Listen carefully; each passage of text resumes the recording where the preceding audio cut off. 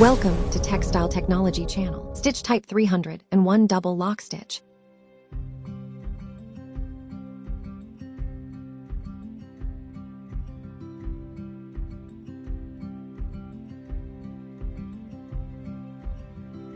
When needle enter into the fabric, bobbin hook release the yellow color thread and knock the green color thread which comes from the needle. And after completing one cycle green threads, making loops with yellow threads, this cycle runs continuously to form 301 type stitches.